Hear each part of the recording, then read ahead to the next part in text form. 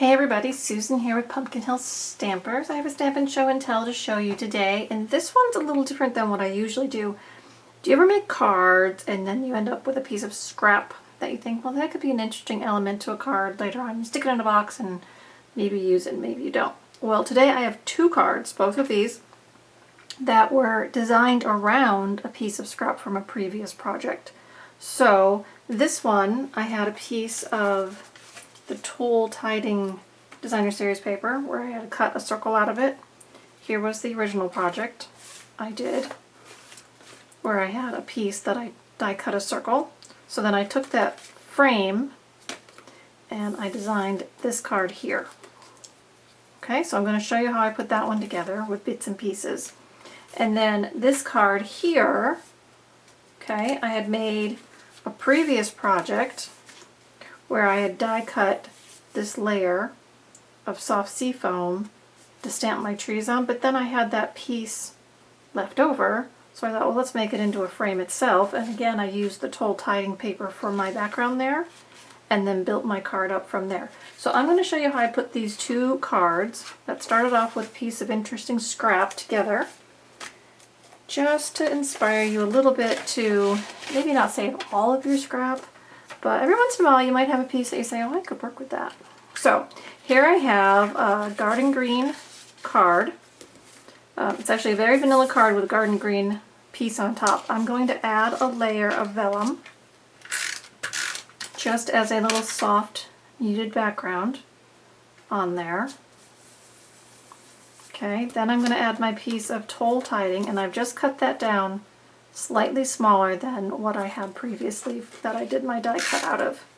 So that's just going to go right on top. Okay, and then on the back of here I have put dimensionals all around the back side of this die cut circle. So it's going to become a popped up frame on my background paper there. Okay, got all those. And so I'm putting this down to frame that, and I'm putting it inside of that square of vellum. Now I've got the coordinating ribbon here, so I'm just going to wrap and tack. You've seen me do this before, so I just run some adhesive, and I'm going to go across the bottom of that frame, tack it around the back side, just like that. Okay. And then this whole piece is going to get snailed to the front of my vanilla card base. So just center that again. So it's all just stepped in pieces. Okay. And then I'm going to slide another piece of ribbon underneath. Tie a simple bow knot like that. Okay, I've stamped the bottom and the inside of my card with greetings from the Greatest Part of Christmas stamp set. It's a hostess set that you can earn with a qualifying order. And I've stamped the envelope with the coordinating tree from Mary Moose. So I've used that a lot in my stamp projects this season. So there's the first one that came from that piece of scrap circle. So here was the original card that I die cut that circle from, and then I've used it to build up this new card. Okay? Alright, let's do the second one. So, like I said, really quick today. So here's the second card. Here are the pieces I'm starting with. So this time I had the frame left over. I have another piece of Toile Tidings. I have stamped and die cut with my oval stitched framelits my front greeting. I've stamped for my inside, so let's go ahead and build it as we go. So I've got my inside panel. This time I'm putting it onto a garden green card base. So I'm just lining it with my very vanilla, my sentiment for the inside. Then I have a piece of the Toile Tidings, and now I've got my piece that was scrap from the previous card. So I'm just going to make that a frame. So I'm going to go ahead and put my Toile Tidings down on the front of my card.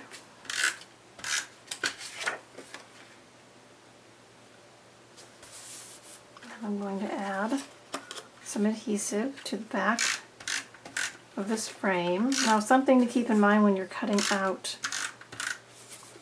elements for previous cards where you're going to end up with maybe an interesting piece that you can make into a frame.